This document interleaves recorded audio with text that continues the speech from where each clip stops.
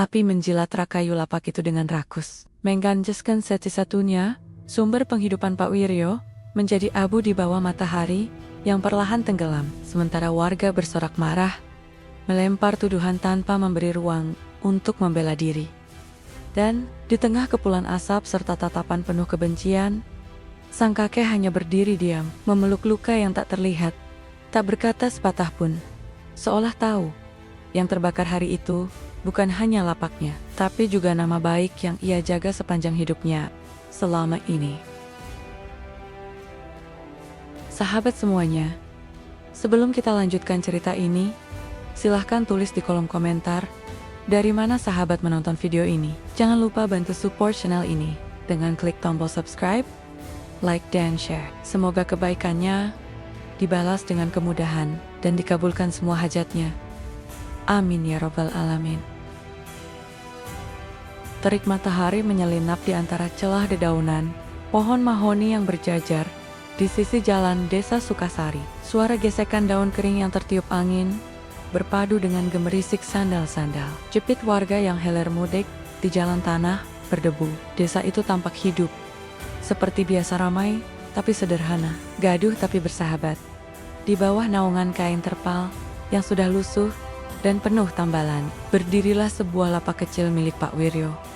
Tak besar, hanya meja kayu yang mulai keropos, dan sebuah papan kecil bertuliskan kebutuhan harian. Harga ikhlas yang ditulis dengan kapur putih, kini sudah pudar sebagian. Pak Wiryo duduk di bangku reyotnya, mengenakan kemeja lusuh yang digulung hingga siku. Wajahnya keriput, rambutnya putih semua, dan tangan tuanya terus sibuk merapikan botol minyak goreng, bungkus mie instan, serta sabun colek yang ditata rapi di rak buatan sendiri. Senyumnya tipis, namun hangat setiap kali ada warga menyapa. Meski matanya menyimpan bayangan sepi yang dalam. Kumaha damang Pak, sapa seorang ibu muda sambil menggandeng anaknya yang baru pulang sekolah. Alhamdulillah, Teh.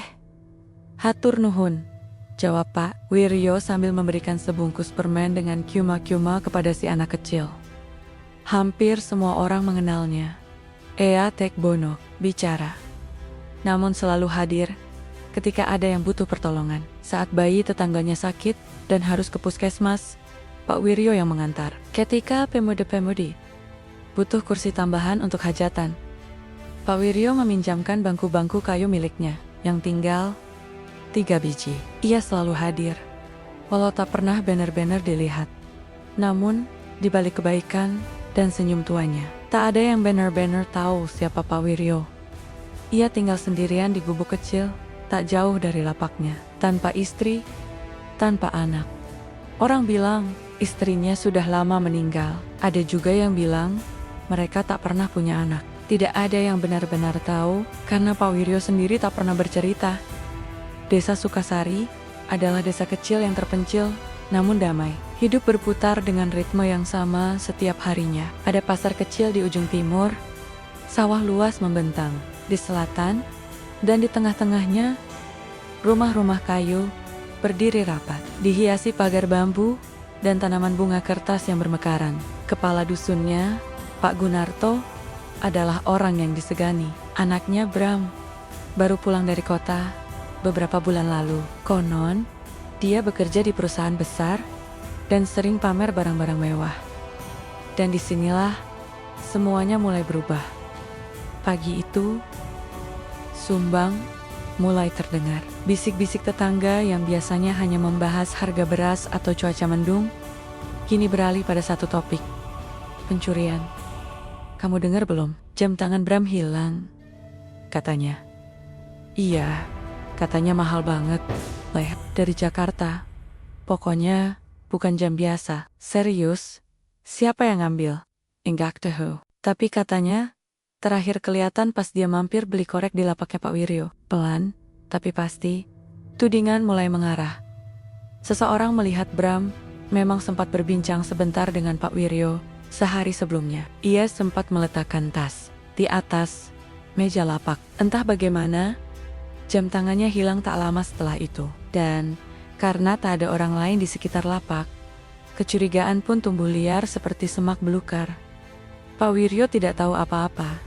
Hari itu, seperti biasa, ia datang sebelum matahari benar-benar naik, membuka terpal, menyusun barang dagangan, menyeduh kopi dengan air termos tua, lalu duduk diam menikmati pagi. Beberapa anak-anak lewat, ia tersenyum. Seorang bapak membeli rokok linting, ia melayani dengan ramah. Dunia tetap tenang. Hea, seseorang berteriak, "Pak Wiryo, mana jam tangan Bram?" Suara itu mengguncang. Sekelompok warga tiba-tiba datang menghampiri. Mata mereka memancarkan curiga yang tak tertahan. Bram berdiri di depan mereka. Wajahnya memerah. Telunjuknya langsung menuding Pak Wiryo tanpa ragu. "Saya nggak nuduh sembarangan, Pak. Tapi kemarin saya sempat ngobrol sama Bapak di sini. Saya taruh tas, dan jam tangan saya ada di dalamnya. Sekarang hilang." Pak Wiryo terpaku. Ia berdiri pelan dari bangkunya, menatap Bram dalam diam. Bibirnya ingin berbicara, tapi suaranya tercekat. Ia tahu, menjelaskan pun percuma. Sorot mata orang-orang di sekitarnya sudah berubah. Tidak ada rasa ingin mendengar, tidak ada ruang untuk keraguan. Hanya prasangka yang membara. "Tidak pernah menyentuh barang Sepo Siopa," ucap Pak Wiryo akhirnya. "Lirih, bohong, sudah tua, tapi masih juga maling," teriak Salah, satu pemuda yang entah kenapa terlihat paling bersemangat. Seperti menyulut api ke jerami kering. Kemarahan pun meledak. Warga mulai berteriak-teriak. Sebagian mendorong meja dagangannya. Ada yang menendang termos, menjatuhkan rak kayu, hingga botol-botol kecap pecah berserakan di tanah. "Cukup!" seru Pak Wiryo. Suaranya tiba-tiba keras. Namun suara itu tenggelam di antara teriakan dan umpatan yang menghujani dirinya. Tangan-tangan tak dikenal mulai merobek terpal, menjungkirkan meja, menendang barang-barang dagangan yang tersisa. Sebungkus beras hancur diinjak-injak.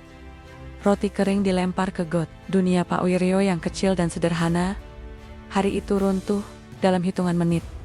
Ia berdiri di tengah kerusakan, tubuhnya gemetar, tapi ia tidak menangis. Ia hanya menunduk dan diam, senyap. Seperti tanah kering yang diam-diam menyerap air hujan. Di balik kerumunan, hanya satu sosok yang tidak ikut bersorak atau marah. Raffi, pemuda penjaga sekolah, berdiri terpaku. Matanya menyapu kerusakan itu. Dan sesuatu dalam dirinya berteriak. Ada yang tidak beres. Tapi suara itu, untuk sementara, tertelan oleh kobaran amarah yang belum selesai. Siang hari itu, langit Sukasari tampak biasa. Matahari menggantung tepat di atas kepala, menyinari bumi tanpa ampun. Tapi di satu sudut desa, di dekat pertigaan jalan tanah yang biasa dilewati ibu-ibu menuju pasar, langit terasa seperti memerah, bukan karena matahari, tapi karena amarah yang tak terkendali.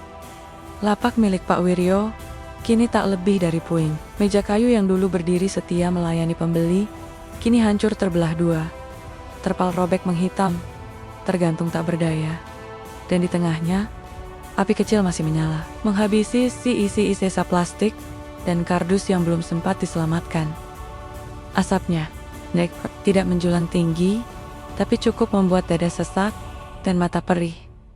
Pak Wiryo berdiri mematung. Tubuhnya yang renta tak sanggup lagi menahan beban emosional yang menghantamnya dari segala arah. Bukan hanya hartanya yang musnah, tapi juga kehormatannya. Warga yang dulu menyapanya ramah, kini memandangnya jijik, mencibir, bahkan meludahi tanah di dekat kakinya.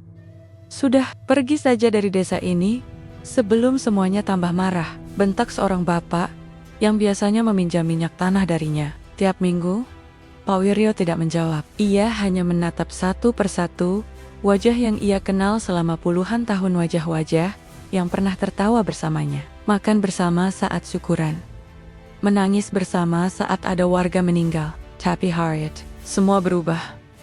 Tak ada lagi kedekatan, hanya penghakiman.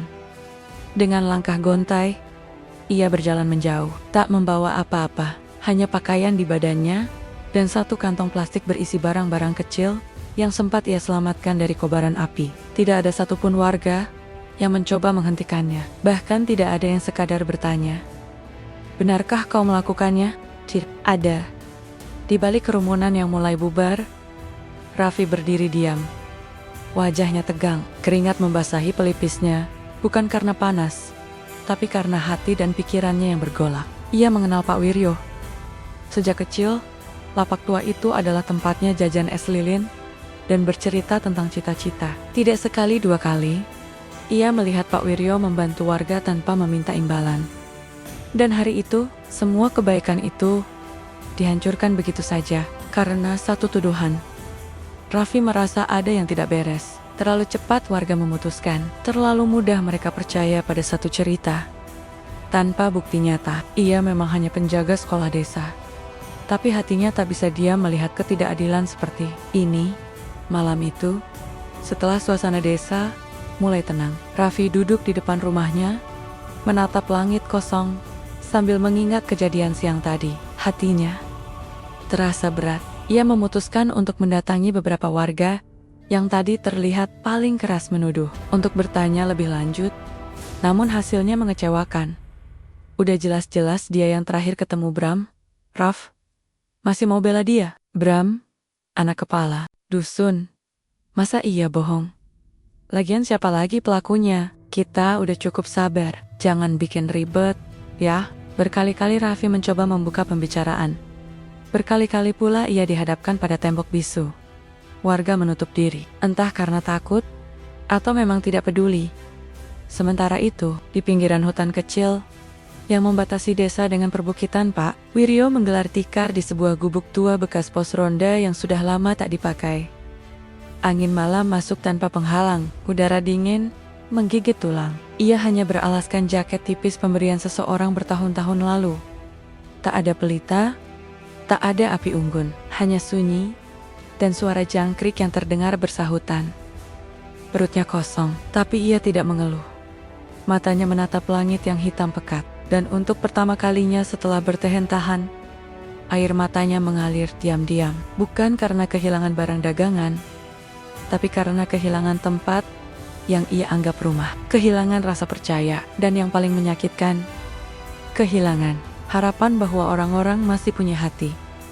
Esok harinya, Raffi datang ke balai desa. Ia mencoba melihat laporan kehilangan yang diajukan oleh Bram. Dengan alasan sebagai warga dan penjaga keamanan sekolah yang dekat dengan lokasi kejadian, ia berhasil mendapatkan salinan ringkas laporan tersebut. Namun ada satu hal yang membuat keningnya berkerut. Waktu kejadian yang tercantum di laporan menunjukkan bahwa jam tangan Bram hilang sekitar pukul 10 pagi. Sementara menurut ingatannya, Pak Wiryo baru membuka lapaknya sekitar pukul 11.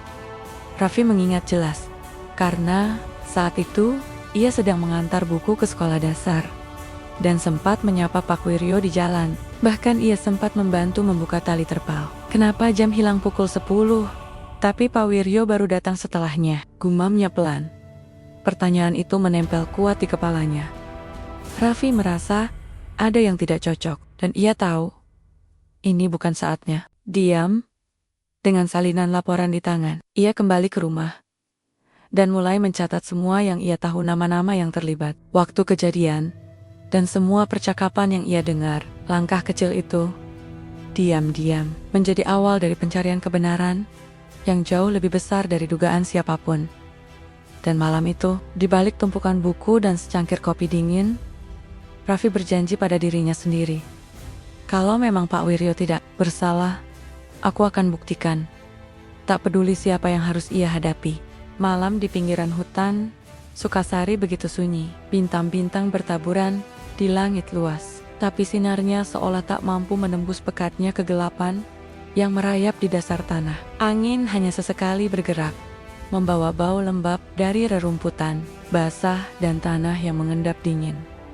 Di gubuk tua beratap seng karatan itu, Pak Wiryo duduk memeluk lutut, memandangi api kecil dari renteng-renteng kering yang baru saja ia kumpulkan sore tadi. Nyala api itu lebih mirip perlawanan kecil, tak cukup hangat, tapi cukup memberi alasan untuk bertahan. Langkah kaki terdengar mendekat, pelan namun pasti.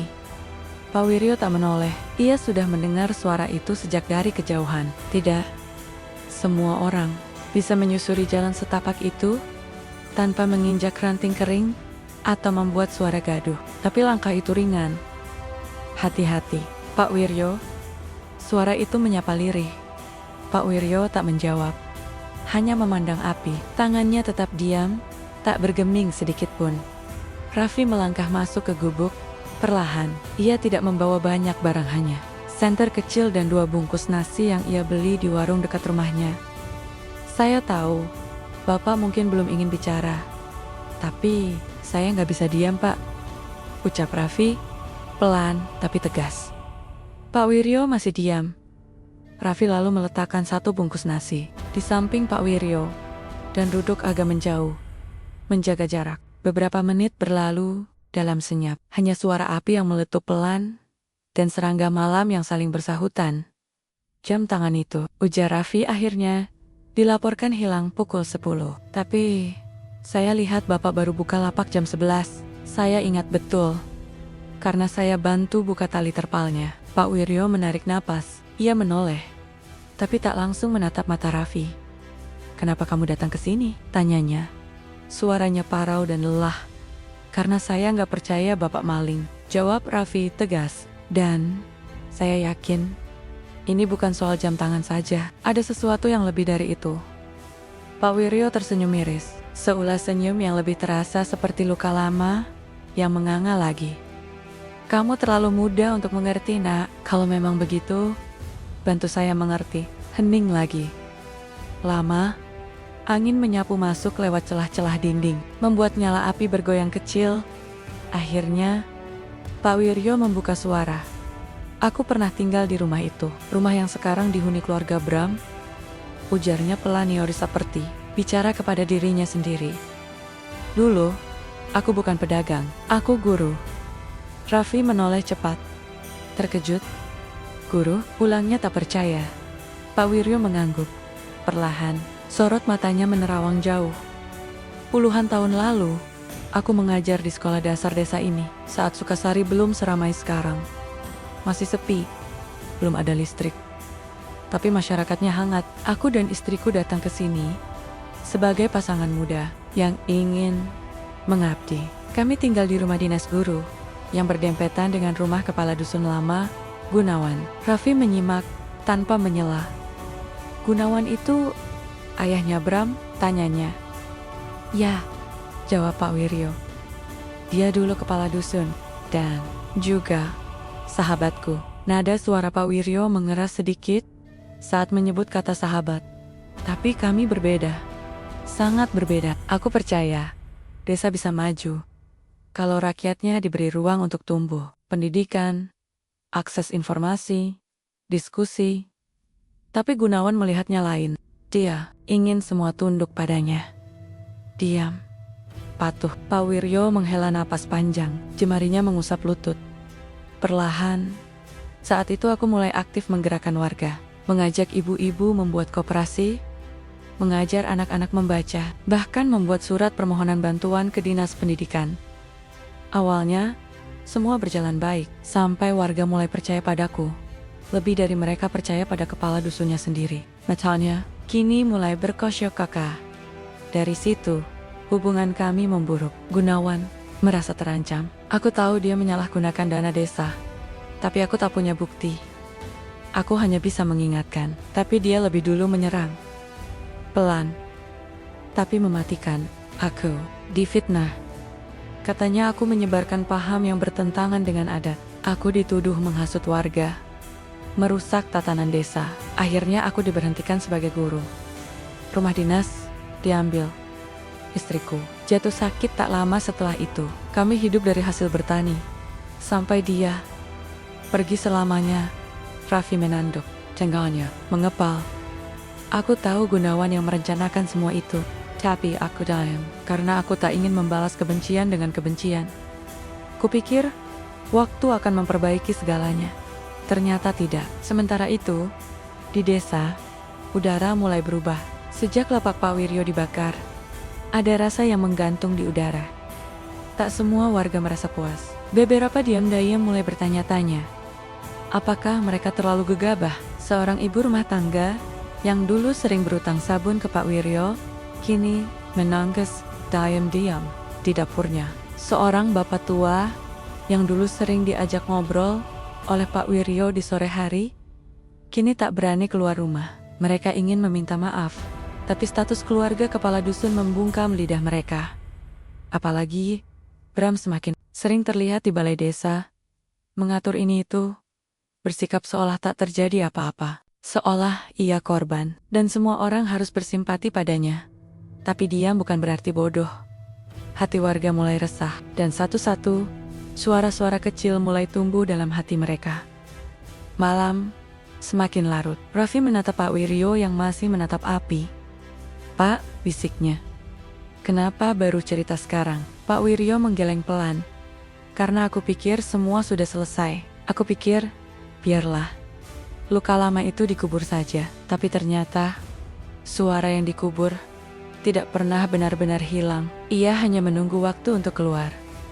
Raffi mengangguk pelan. Ia tahu, ini baru permulaan, dan ia tak bisa membiarkan kebenaran dikubur lebih dalam lagi. "Mari kita gali kembali, Pak. Mari kita buka semuanya." Pak Wiryo menoleh, menatap mata Raffi. Untuk pertama kalinya malam itu, ada kehangatan yang samar, dan luka yang belum sepenuhnya kering. Tapi kali ini, ucapnya pelan, "Kita harus siap jika kebenaran itu menyakitkan." Matahari pagi muncul dari balik perbukitan.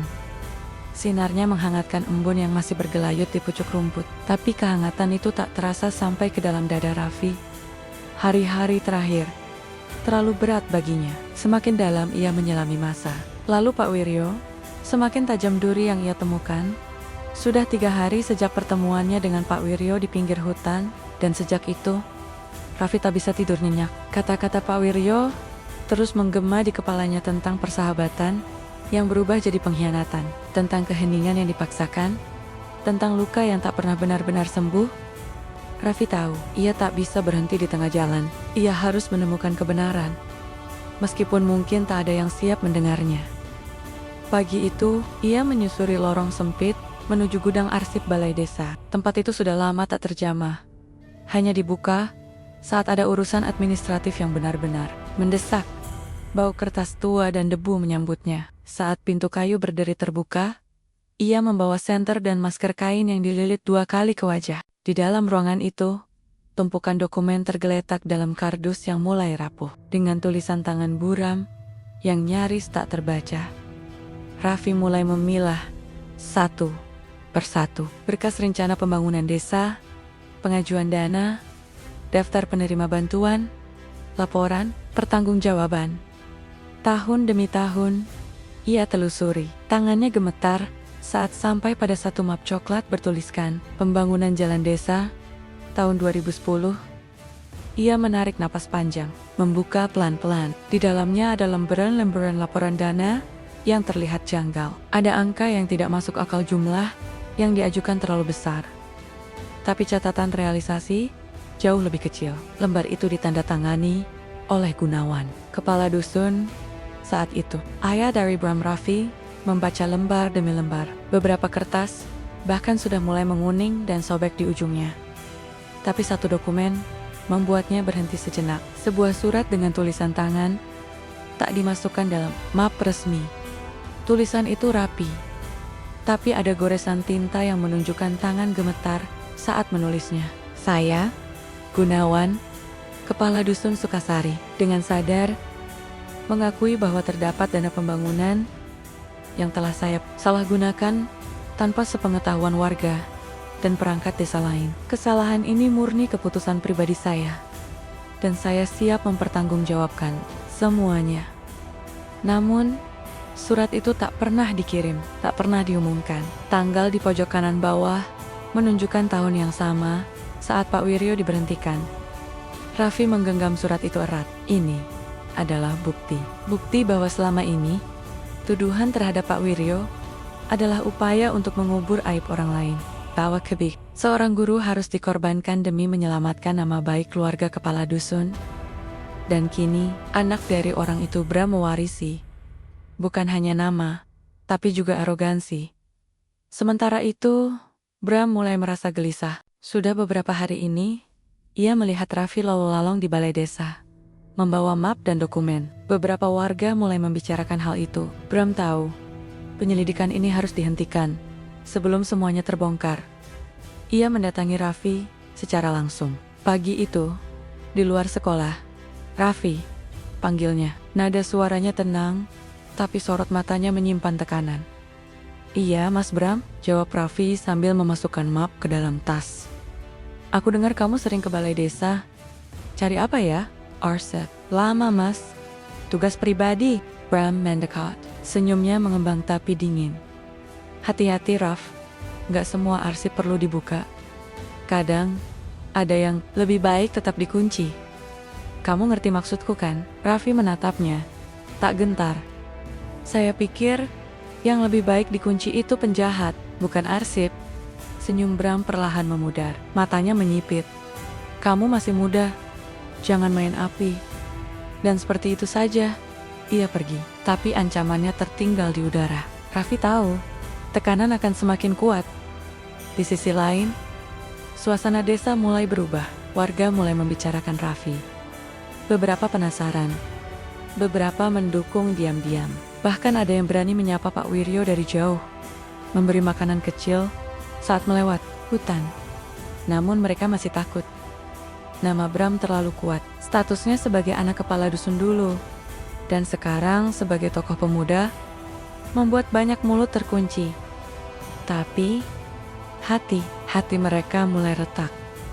Ibu Narti, seorang janda tua, mendekati Raffi, diam-diam.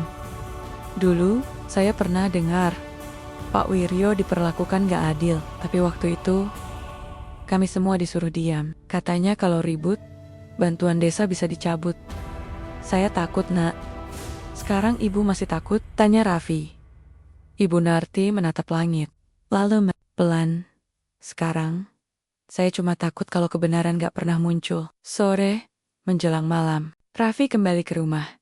Menyimpan semua dokumen temuan hari itu ke dalam kotak sepatu di bawah tempat tidurnya, termasuk surat pengakuan ayah Bram yang bisa mengguncang seluruh pondasi kepalsuan yang dibangun. Selama bertahun-tahun, ia duduk di depan rumah, membuka ponsel, dan mulai menulis catatan kronologis. Satu demi satu, ia susun puzzle yang perlahan menunjukkan gambaran besar. Ia tak tahu siapa yang bisa ia percaya sepenuhnya.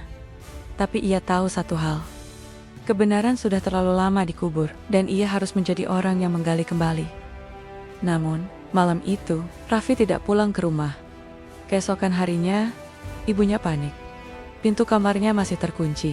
Ketika dibuka, kamarnya kosong. Tasnya masih ada. Ponsel tertinggal di meja.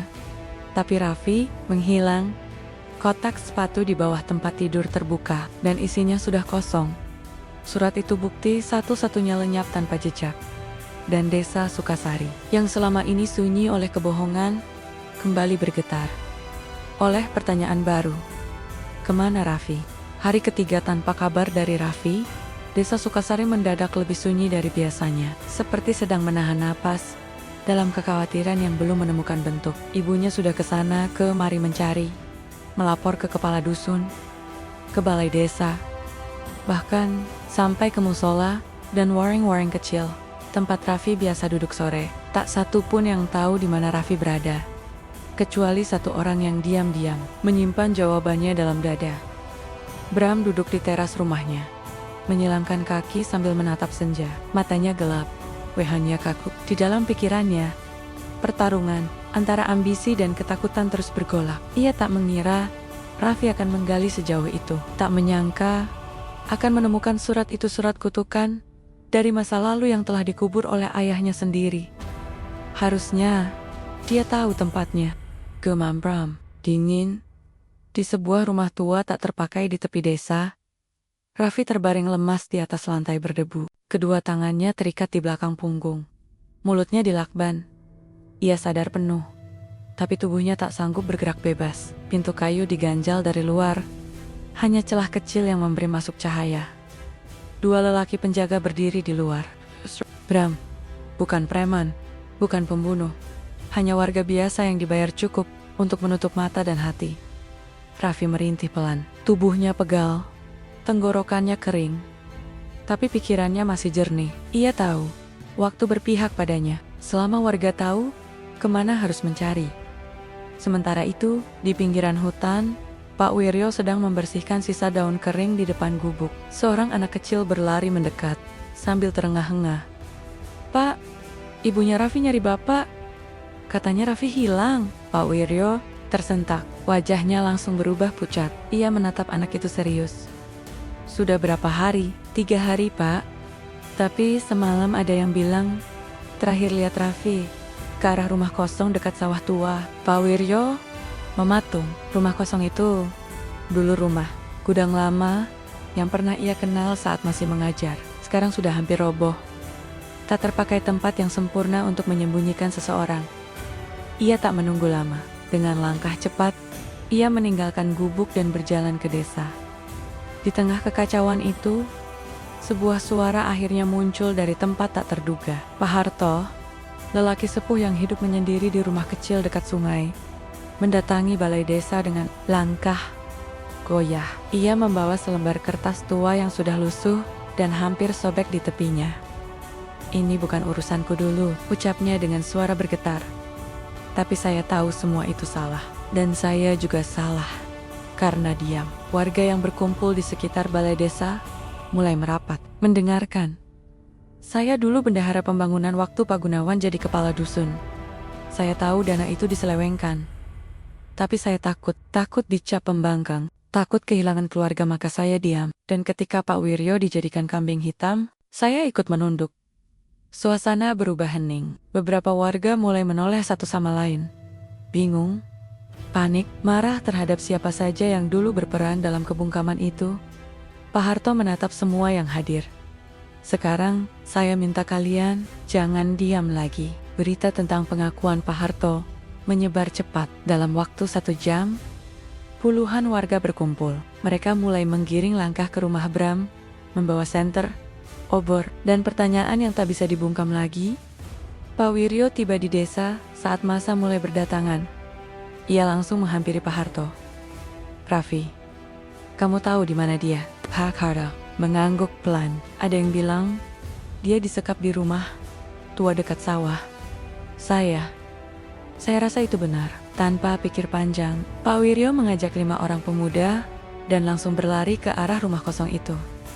Sementara di rumah Bram, kerumunan mulai mengepung. "Keluar Bram, jelaskan soal surat itu." "Mana Raffi?" Wajah Bram muncul di teras. Tegang namun masih mencoba bersikap tenang. "Apa-apaan ini? Ini fitnah. Raffi itu cari gara-gara." Namun warga tak lagi bisa dibohongi. Suara mereka menyatu menjadi desakan. "Kalau kau tak sembunyikan dia, biarkan kami masuk." Di rumah tua di pinggir sawah, suara langkah cepat dan teriakan terdengar dari luar. Raffi yang masih terbaring, matanya terbuka lebar. Ia mengenali suara itu. "Raffi, Pak Wiryo," gumamnya pelan. Pintu digedor keras, lalu dijebol oleh salah satu pemuda desa. 2 penjaga kabur panik dari belakang. Pak Wiryo segera masuk dan menemukan Raffi dalam keadaan lemah, tapi sadar. Ia berlutut, segera membuka ikatan, dan melepas lakban dari mulut Raffi. "Pak, suratnya di kantong belakang jaket," bisik Raffi. Pak Wiryo merogoh saku jaket yang kusut dan kotor itu. Di sana, terlipat rapi. Meski lusuh dan nyaris robek, surat pengakuan Gunawan masih ada. Dengan tangan gemetar, Pak Wiryo menggenggam surat itu erat. Mereka kembali ke desa. Tepat saat kerumunan warga makin panas, Bram mulai terdesak. Saat Raffi muncul dari kerumunan, meski tertatih, semua mata tertuju padanya. "Ini," ucap Raffi, mengangkat surat itu tinggi. "Bukti pengakuan ayahmu Bram, bahwa ia yang menggelapkan dana pembangunan dan menjadikan Pak Wiryo korban untuk menyelamatkan dirinya sendiri." Warga terdiam, hanya suara jangkrik dan napas berat yang terdengar. Bram mencoba mencabut surat dari tangan Raffi, namun 2 pemuda segera menariknya mundur. Pak Wiryo maju, berdiri di hadapan semua. "Saya tidak minta dikasihani, tidak juga balas dendam, tapi saya ingin desa ini tahu siapa yang mereka bakar hidup-hidup. Siapa yang mereka usir tanpa bertanya." Matanya menatap satu persatu wajah yang dulu menuduh, lalu menunduk. "Saya diam demi kalian, demi desa ini." Tapi Sekerong, saya tidak bisa diam lagi karena kalian menghancurkan anak muda yang hanya ingin mencari kebenaran. Beberapa warga mulai menangis. Suara tangis Ibu Narti pecah di tengah keheningan.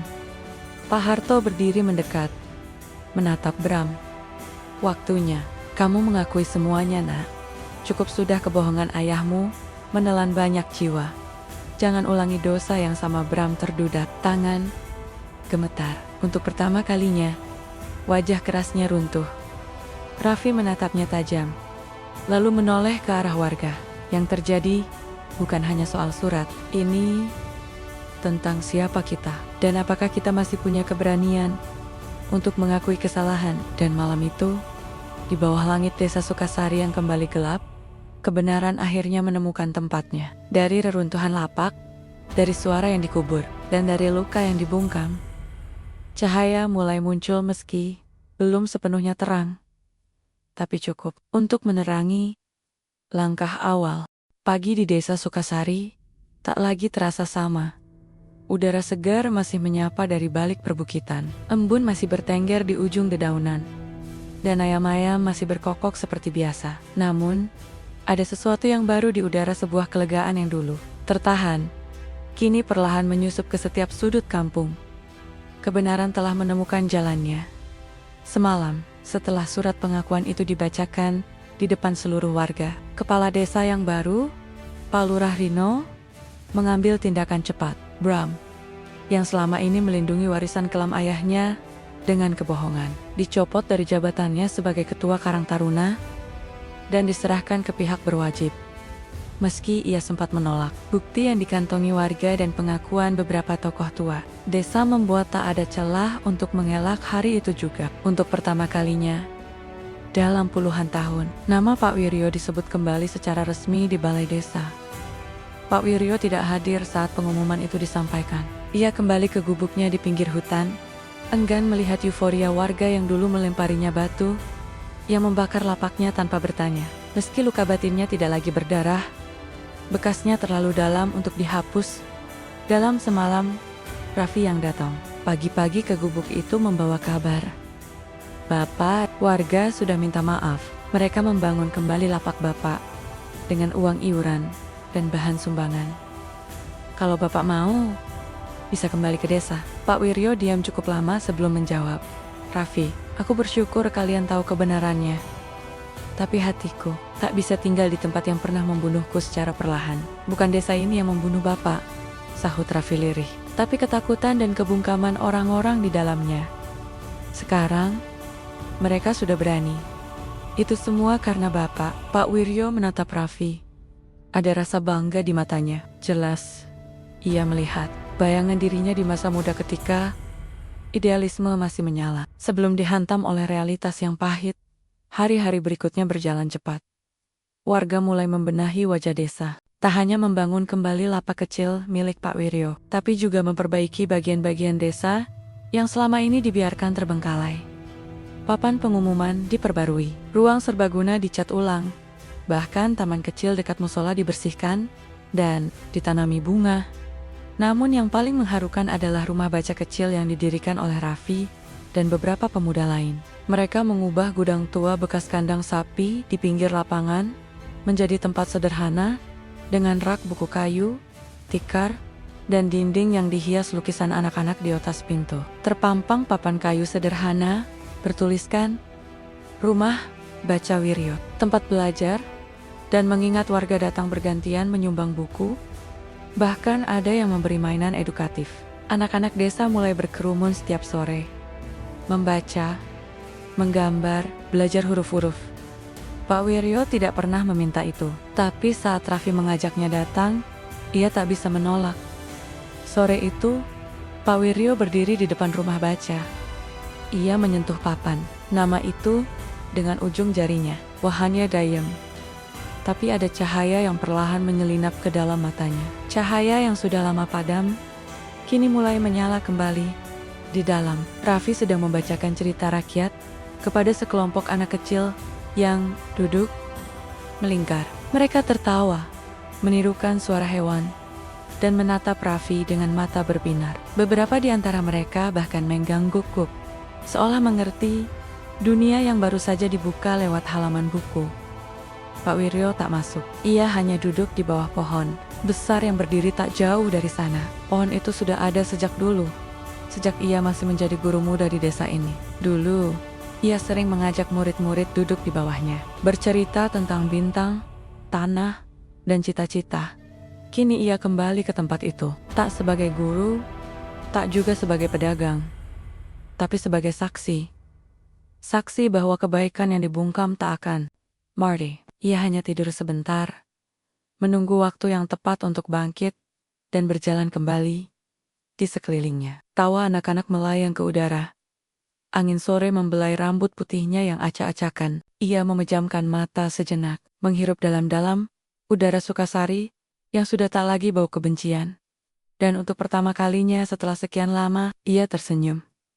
Bukan karena semuanya telah kembali seperti dulu, tapi karena ia tahu masa dipenakan lebih baik ketika keberanian dan kebenaran tumbuh dari luka.